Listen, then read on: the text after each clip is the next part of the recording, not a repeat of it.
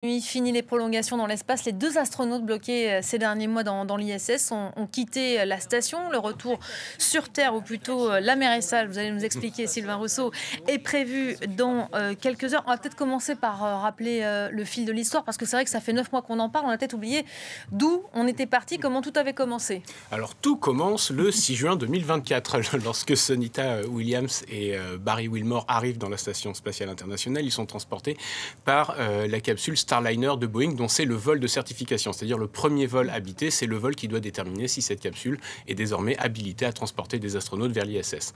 Alors, de ce qu'on a pu voir, c'est qu'effectivement, elle peut transporter des astronautes vers l'ISS. En revanche, elle n'a pas pu les ramener. Dès qu'elle est arrivée, la NASA a détecté des fuites d'hélium, un défaut de propulseur.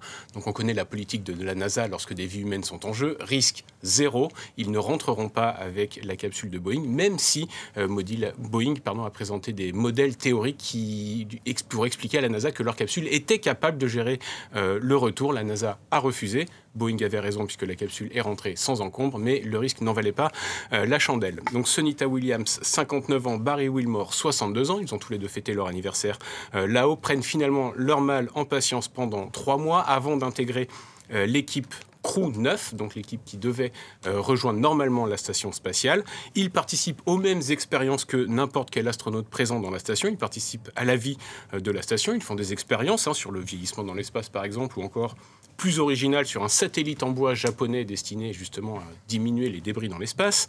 Ils participent à la maintenance de l'ISS. Ils font des sorties dans l'espace. Sunita Williams devient même en septembre la deuxième femme à commander l'ISS.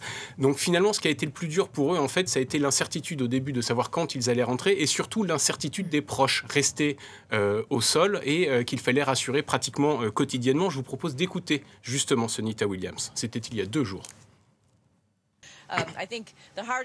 Le plus dur, c'est d'avoir nos proches sur Terre qui ne savent pas quand on va rentrer. Mais bien sûr qu'on va rentrer avec Crew 9. Mais vous savez, toute cette incertitude, je pense que c'est la partie la plus difficile à gérer. Ça prend un peu de temps, chaque jour, d'avoir ce genre de conversation avec eux. Juste pour dire, oui, on va rentrer bientôt. Donc ne faites pas trop de projets sans moi. On sera de retour rapidement. Et donc, je vous disais... non, pardon, mais vous commencez à connaître le club. On était sur la coupe de cheveux, là. Franchement, on se fait plaisir pendant les sonores. Quand il n'y a pas d'apesanteur, quand il n'y a pas de gravité, voilà ce qui se passe. Donc finalement, le plus rageant pour eux deux, c'est que, je vous le disais, la capsule Starliner est revenue sur Terre sans encombre. Eux, finalement, on espère en tout cas que cette nuit... tout est bien qui finit bien. On espère qu'on pourra vous dire ça un peu avant minuit. Il rentre donc avec ce qui restait de l'équipage de Crew 9, donc Nick Hague, un astronaute américain, et un cosmonaute russe, Alexander Gorbanov, comme quoi la coopération russo-américaine fonctionne au moins dans la station spatiale. Alors maintenant, entre Trump et Poutine, elle a repris sur Terre, mais tout cela avait été décidé sous l'administration Biden. Alors, on a beaucoup dit ces derniers mois qu'ils étaient coincés dans la station spatiale internationale. On les a presque présentés comme des prisonniers, mais comme souvent, les choses ne sont pas si simples. Et non, plus que des prisonniers, on pourrait parler de naufragés de l'espace si l'on veut.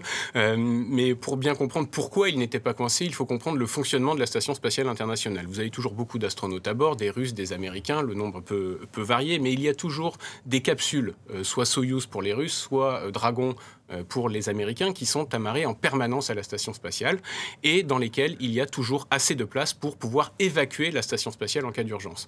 On se rappelle, il y a quelques années, avant la guerre en Ukraine, les Russes ont détruit un satellite, il y a eu une alerte au débris sur la station spatiale. Tous les astronautes ont rejoint la capsule, prêts à quitter la capsule, à évacuer la capsule en urgence si son intégrité était menacée.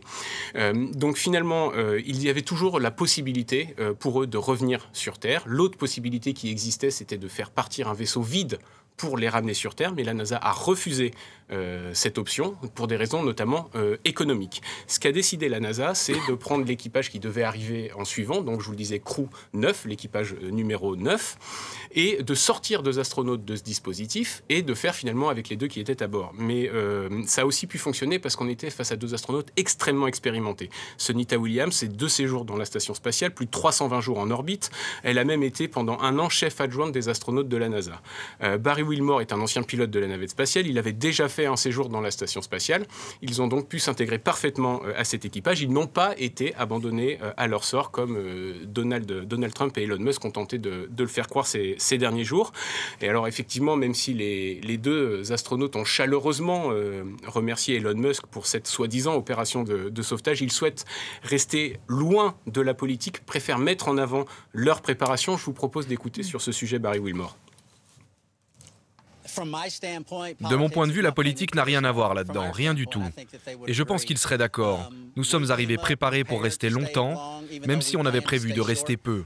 C'est comme ça que fonctionne le vol spatial habité. C'est ça un programme d'exploration humaine, planifier l'imprévu. Et c'est ce qu'on a fait.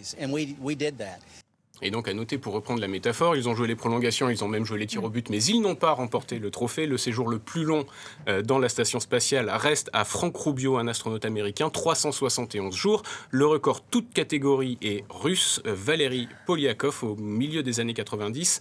Attention, 1 an, 2 mois, 12 jours, 17 heures et 58 minutes. Ils ont eu droit à une prime pour ça, hein, $4 par jour en plus. Ça vaut le coup. Voilà, ça fait rêver. 2 astronautes Boeing.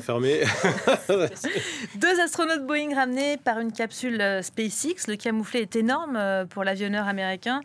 C'est l'humiliation de trop. Oui, c'est terrible pour Boeing. Alors, c'est pas une surprise maintenant qu'ils rentrent. On savait déjà depuis plusieurs mois que ça serait SpaceX qui ramènerait les astronautes de Boeing. Mais c'est à travers ce prisme de la concurrence entre SpaceX et Boeing qu'il faut voir les dernières déclarations d'Elon Musk qui dit depuis des jours j'aurais pu aller les chercher et quand je voulais, c'était une volonté politique, etc. On a vu que c'était pas vrai, c'était d'abord et avant tout une volonté économique, ce dont d'ailleurs Elon Musk, le tronçonneur des dépenses publiques fédérales américaines, devrait plutôt se réjouir.